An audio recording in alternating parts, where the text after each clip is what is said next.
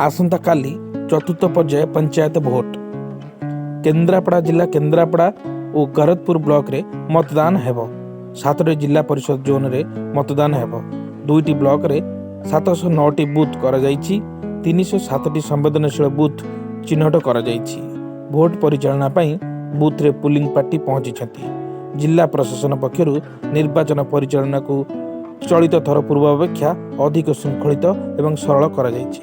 Counter रु vote box Balat और अन्य कागजपत्र एवं आवश्यक सामग्री गुड़िक नहीं जांच करने सह बूथ रे पहुंची बूथ प्रस्तुति करिसेंती। आसंता काली 2 ब्लॉक रे 45 गोटी पंचायत रे मतदान हेबो। 2,21,552 जन भोटर सेमानकर मतदान साब्यस्त करिवे। आईन श्रृंखला रक्षा करने 11 गोटी मोबाइल पेट्रोलिंग व्यवस्था करा जिवा सह सेक्टर ऑफिसर नियुक्ति करा जायछि। निर्वाचन परिचालना 2200 रु ऊर्ध्व कर्मचारी नियोजित अछंती। केन्द्रापड़ारू अलेख नायक रिपोर्ट विप्लव न्यूज। आमर केन्द्रापड़ा जिले में आसंता काली केन्द्रापड़ा और गरदपुर ये 2टी ब्लॉक रे निर्वाचन हेब। से आमर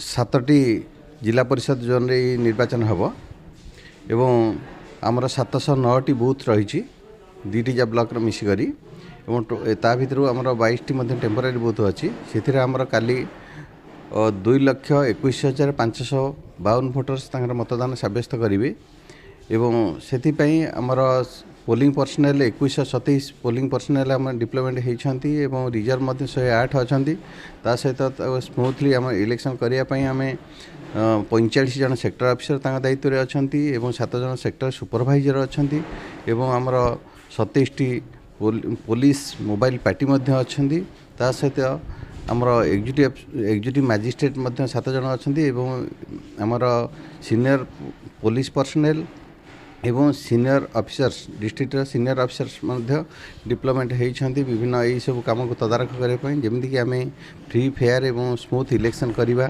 से मु आमर केन्द्रापड़ा एवं गरदपुर समस्त भोटर भाई भौणी मानक जिला प्रशासन तरफ अनुरोध आमर ता भीतर आमर सेंसिटिव बूथ अच्छा 307